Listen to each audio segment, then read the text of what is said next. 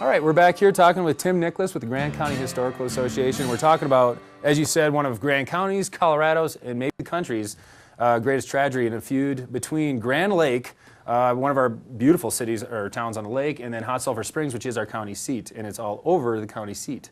In a simple way, yes.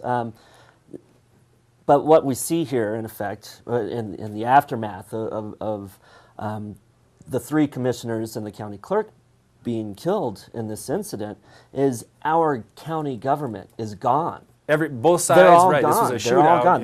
This is on the county level. And this is in the 1800. This is in 1883. Okay.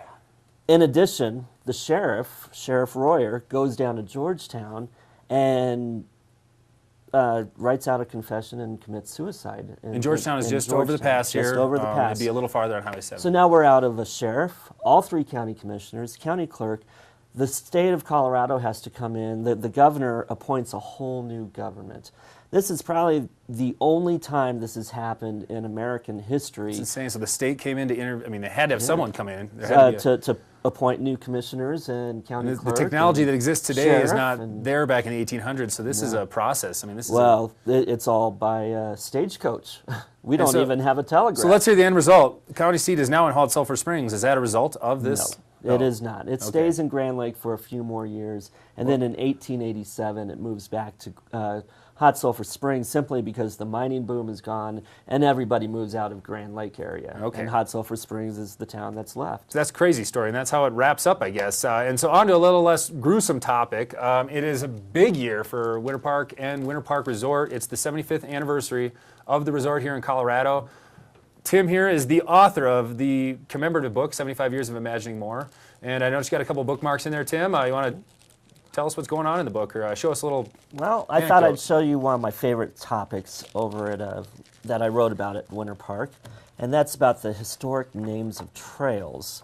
And you'll see, I know I've seen themes, it seems like, Yeah, there are themes. Okay, so like we have historic trails at Winter Park, named after important people such as George Engel, Barney McLean, Berrien Hughes, George Cranmer. Now I've seen a Brian's Run. Would that be a historical name as well? Is that not a that was an employee. Oh, okay. There, yeah. But one of the things that's really neat about Winter Park's trail naming system is that they really reflect the community that it's located in, such as over at Mary Jane, the railroad themes, and being named after things off on the Moffett Road, such as Trestle. Yep. You know, Trestle, literally, there's a trestle out Still there, yeah. and you can see it from Trestle, which is really neat. I never knew that. So you can actually look up. If you actually look across, you can see stuff, the trestle, especially after a good layer of snow. You can see it right across the top of the trestle. This had to be a very fun book to write. One theme that I enjoy at the resort, which I'm sure a lot of families might recognize more too, is the Alice in Wonderland theme. You'll see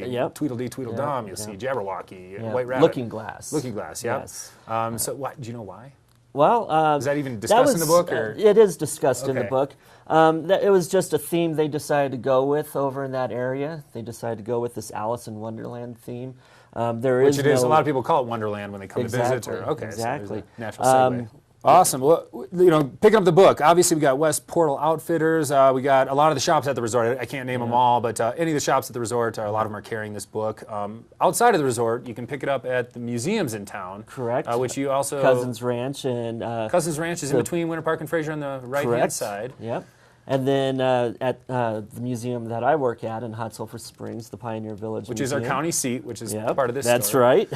And if you come up there and buy it and I'm there, I'll sign a copy for you. So, awesome. Yeah. So you can get a signed copy at, name the museum again. The Pioneer Village in Hot Sulphur Springs. Pioneer Village Museum in Hot Sulphur Springs. And we have a lot of Winter Park memorabilia there too. And you can also order it on the website. You can order it on the website. Perfect. Yeah.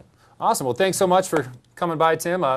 Awesome stories. I mean, there's a crazy history, a very deep and thorough history here. It's very deep and thorough. Come and see me at the museum sometime, and I can talk your ear off about this when we'd have more time, but I don't bring these out. Today is a special day. We won't see these at the no, museum. You do not get to see these. These stay locked up. I don't even want to be leaning over them then. Okay, so this is, obviously these are, well, great. Well, thanks so much, Tim. Love having you on the show. We'll look forward to your next visit. Thanks. And with that, we're going to take a break.